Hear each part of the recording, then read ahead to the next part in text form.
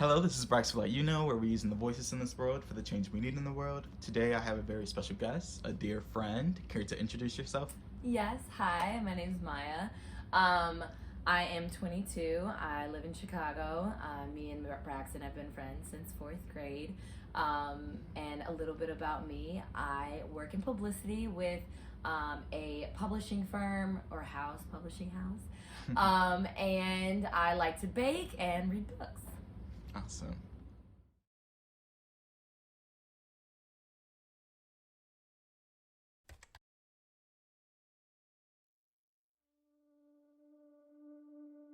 As usual, we start off with a quote.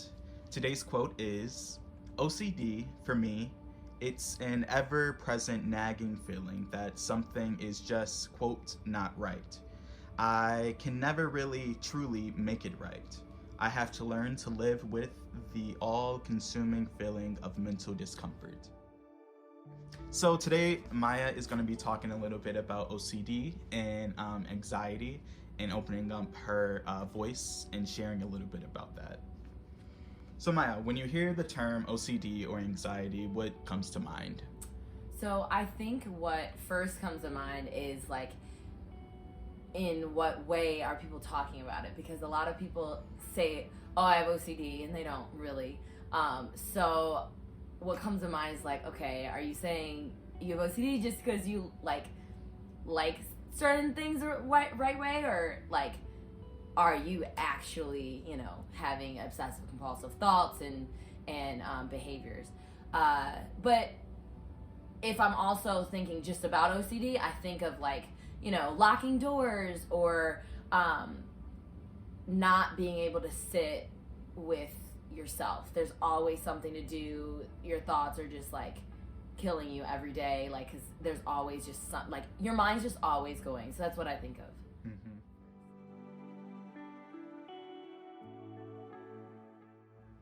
So when I did a little bit of research, I discovered that in many people's cases who have been diagnosed, they have their own unique intrusive thought. Do you care to share like what is yours? Yeah, I think my biggest one when I got diagnosed with obsessive compulsive disorder when I was a junior in high school. And the biggest thing is I felt my thoughts were gonna lead to something bad happening. So I'd be like, if I thought something in my head, I'd be like, oh shit, my mom's gonna die because I thought a thought or something. So then I would have to say, like, in my head, she's not gonna die. She's not, like, it, just because of like whatever I thought that it would impact someone or something, which is really funny because like people are it just shows how conceited just people are in general, that you really think that like your thoughts will somehow magically cause a car crash. Like, I definitely believe in like putting thoughts out into the universe, like definitely that has something to do, but like just because I have like a negative thought doesn't mean like that my mom's gonna crash and die. So I think that was a major thing that like I just worked on with my therapist, and like she's like, look, like just because one doesn't correlate with the other. You mentioned it a little bit. How has OCD sort of manifests into the real world, or like in terms of relationships or work or day-to-day life? Yeah, I think like with OCD, you tend to isolate yourself a little bit because you're like, it's just too difficult being with other people because it conflicts so much. Like a lot of times when I'm talking to someone, I thankfully don't do it that much anymore, but like I'll look away and like people think I'm being rude because I'm like looking at the corner and like blinking my eyes and doing my rituals, but like it's not that at all. Mm-hmm. And so I've tended to like isolate myself or whatever, and like it's especially difficult and have impacted my friendships because especially in the height of my OCD and me going to therapy in high school, I had a big falling out with my friends, and it just devastated me in a way that like I just never felt before. I haven't been in a real relationship, so like my friends like were, like that bond was really deep for me. And so to go through that and in the height of my OCD, if you're not going through something, you don't know. So like my friends who don't quite understand OCD, so like they're like, why the hell is she acting like this? And so it's something that you just have to almost balance, and you have to have like really understanding friends, and when they don't understand, when I'm like freaking out because a napkin fell, and then it just snowballs into something else, and they just think, oh, she is just like too much. But it's like, no, like I'm just going through something. And so I think it's really important to get friends that like really understand you. And I think that in the height of my OCD, when I fell out with my friends, thankfully we were friends since 5th grade, and now we're still best friends. And it was just a rough patch, and she's come to understood what I was going through, and we were really able to like get in the nitty gritty of it and be like, okay, that's what was going on. So I think that was really important for me. So through that, what have been some solutions that have assisted in easing those thoughts thus far? Therapy. Oh, I cannot talk about therapy enough. I think that if everyone had a therapist, the world would be a better place. I had a therapist since I was junior in high school. I did 3 years of that. I did an extensive therapy, 5 days a week, 9 to 5, like intense, just for obsessive compulsive disorder. And it has been the best thing in the world. Taking just a little bit, like 10 minutes a day to myself has been so incredibly helpful. Just doing 10 minutes of yoga a day, like just taking that time. Like, think about all the things that you do that you could have been doing, little things to help you. Like 10 minutes you're on your phone, you could have been doing yoga. Like I think of it like that, because I tended to be like, I don't have time. But like there were certain things that like I was doing that I didn't need to do, and I could have like took that time for myself. So therapy and like just doing things that like really help me wind down have been like essential to my growth and just like coping, especially in the pandemic with my OCD kind of coming back. When I was doing some research, I saw that professionals were still saying that they are uncertain of the causes of OCD, which I thought was very interesting. So if down the line scientists were to create some sort of cure, would you be open to taking it, or have you learned to accept this part of you?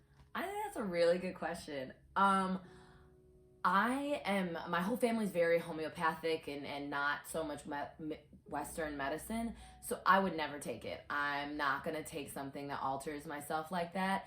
I do think OCD is gene-based and runs in your family, but I also think that it's just the world, and I think there's no cure for that. I think the world needs to change, and the way we like just people interact, and because I think those stressors are so much contributed to OCD and people with OCD. So I think that I would try to change who I interact with and what energy I allow myself to be around, rather than take something to calm my OCD, because like I don't necessarily believe in that.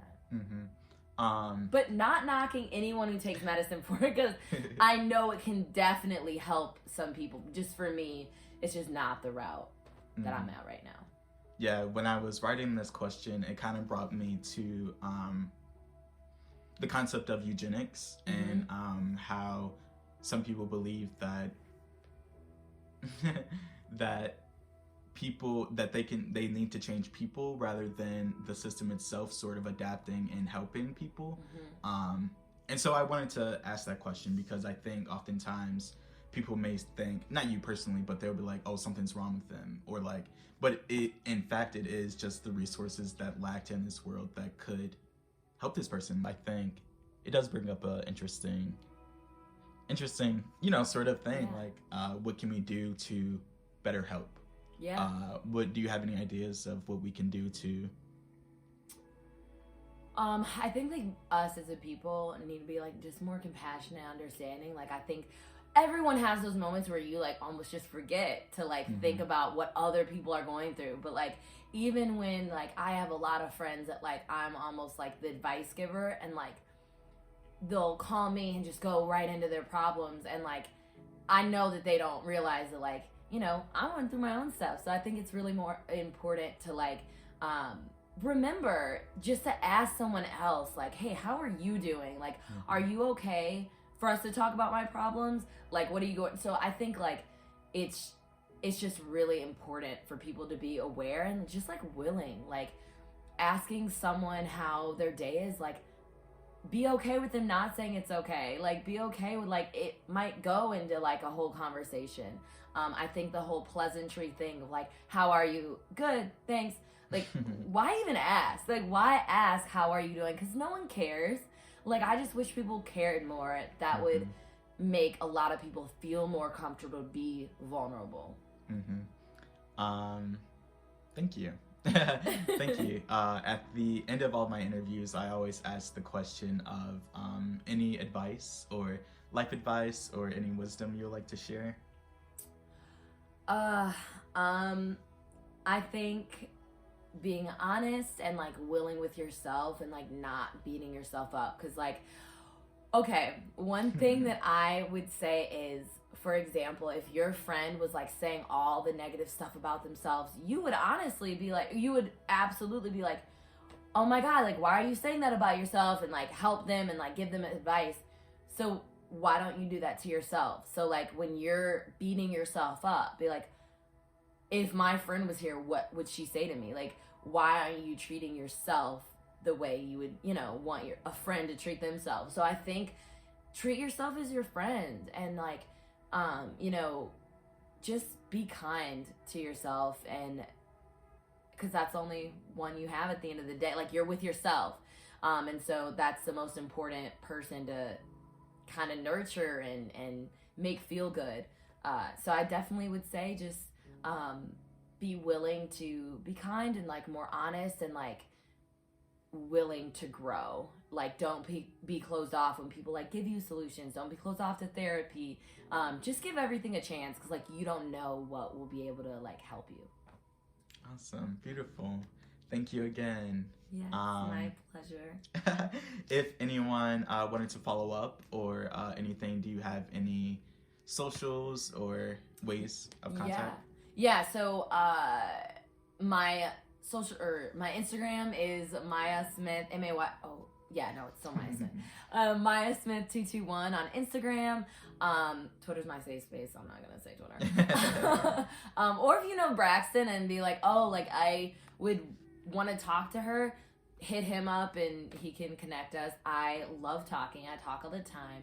I would be more than happy to share more of like my thoughts. I definitely know that like, I know when I watch this, I'm like, oh, I wish I said this, I wish I said that. So feel free to say hi, and I'd love to talk.